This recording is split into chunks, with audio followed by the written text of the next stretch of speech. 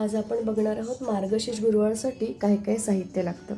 हळदी कुंकूचं भांडं, अक्षता, गंध उगळलेलं, पाणी लागणार आहे, कलश आणि एक सजावटीसाठी मी कमळ आणलं आहे.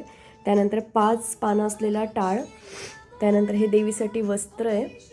इथे हे कमळाचं वस्त्र आहे, खाली पाट आहे, पाटावरती अंतरायला हे कापड आहे आणि केळीचं पान नैवेद्यासाठी आहे. त्यानंतर ही 5 प्रकारची फळं आहेत. नंतर देवीला लागणारे दागिने आहेत. इथे मंगळसूत्र, नथ, कानातले, हार, लहान मंगळसूत्र, मोठं मंगळसूत्र. त्यानंतर कलशात ठेवायला पाणी. इथे समई, हा देवीचा छान असा मुखवटा, अगरबत्ती, नारळ, आरतीसाठी लागणारं निरांजन, तुपाच्या वाती घातलेल्या, एक कापड देवाचं काही पुसण्यासाठी. त्यानंतर हे आहे देवीचं पूजनासाठी पुस्तक आणि हा आहे देवीचा मंत्र जो तो पुजायला लागतो. त्यानंतर कापुराचा डबा, हे फुलं, ही देवीसाठी छान वेणी, वस्त्र, नैवेद्यासाठी साखर आहे, गुळ खोबरं आहे.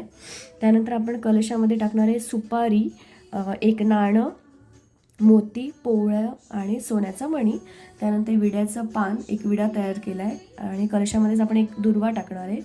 आरतीसाठी आपल्याला टाळ लागणार आहे. त्यानंतर अजून एक सुपारी जो आपल्याला गणपती म्हणून मांडायचं आहे. त्यानंतर माचीस आणि हे इथे आहे तीर्थ. तर आता मी पूजा करून घेते आणि नंतर तुम्हाला दाखवते. आपल्या घरातल्या मेन देवाची पूजा करून घ्यायची. त्यानंतर इथे जिथे आपण पूजा करणार तिथे मस्त स्वच्छता करून घ्यायची आहे. आता करून घ्यायची, पुसून घ्यायचं.